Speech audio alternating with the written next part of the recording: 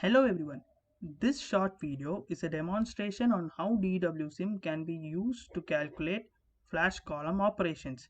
So in flash column operations, what you do is for a given system, may it be binary, ternary, quaternary, etc., you find the liquid and vapor amounts and their individual compositions. So for this demonstration, I'll be using the following data.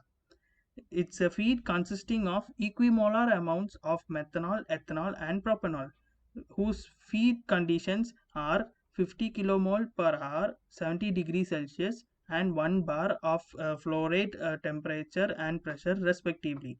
This is actually a three component system which is passed to the flash column, which is maintained at temperature of 70 degrees Celsius and zero point 0.6 bar pressure. All we have to do is we have to find out the liquid and vapor amounts and the individual compositions of methanol, ethanol, and N-propanol in both liquid and vapor phase. So now I'll be opening DWSIM. The DWSIM version which I am using is version 6.3. Versions above 6 are preferred. I'll go to File. I'll select New Process Simulation. So once I select New Process Simulation, an introduction pop-up opens. Here I'll click Next, and here is the list of compounds from which we will be selecting the compounds. For our system, it is methanol, ethanol, and 1-propanol. So I'll type methanol in the search box. I'll select it from the list. Clear the search box. Type ethanol. Select it from the list and repeat the same procedure for propanol. Propanol here is nothing but 1-propanol. Once I have selected the components, I will clear the search box so that this DWSIM shows me the compounds which I have selected. One thing to be noticed is that when you are selecting compounds, make sure all their source database is same. Here all the three are ChemSep. The reason I am telling this is because there are other databases like CHEDL Thermo, CoolProp, and DWSIM. So we have to make sure that our compounds are chosen from the same database for more accuracy of calculations. Now I'll click Next. Now it will be asking me for thermodynamic packages, and since our system obeys Raoult's law, I will select Raoult's law. I will add it. Now I will click Next again. Here this window asks me for the system of units. From actually DWSIM offers you 8 different systems of units, where 3 are standard and the other 5 are custom.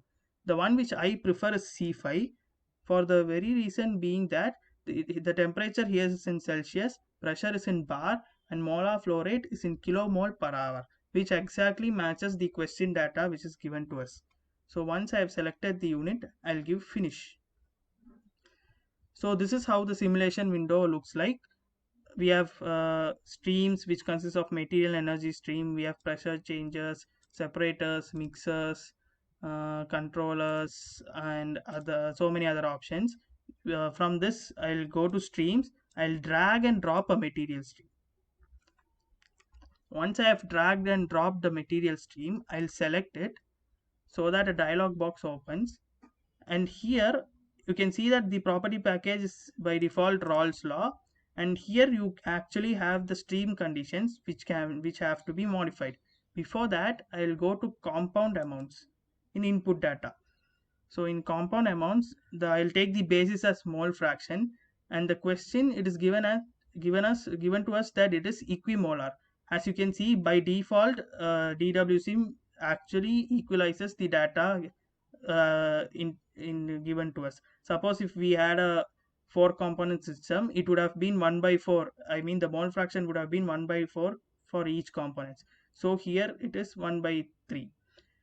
Actually you can also change the components.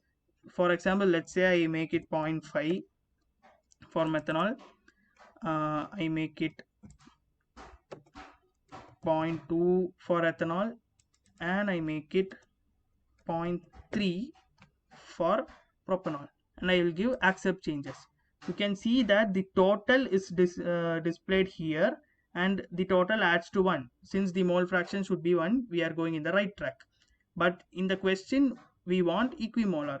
So now how I will do that is I will use equalize option.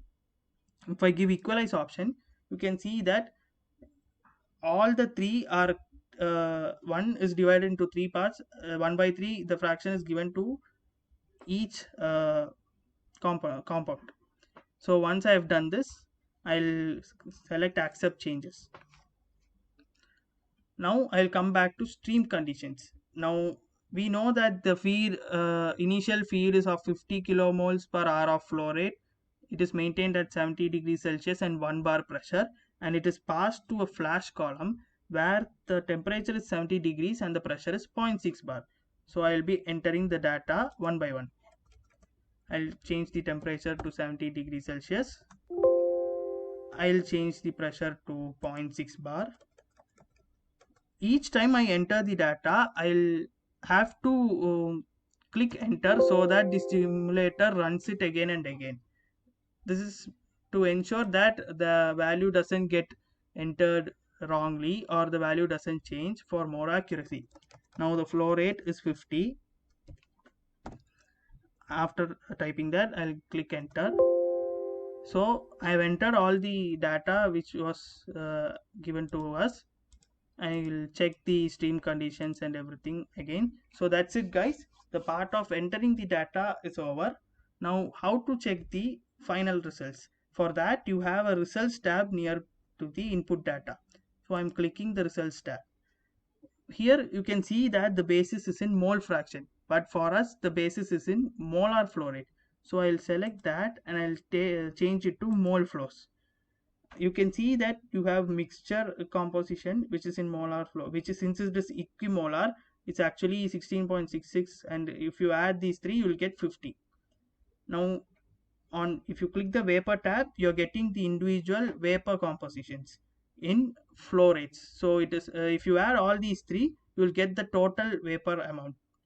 Similarly, if you add all these three, you will get the total liquid amount, and in turn if you add the total liquid amount to the total vapor amount, you will get the total feed flow rate, which is 50, which is due to mass balance. So thank you all.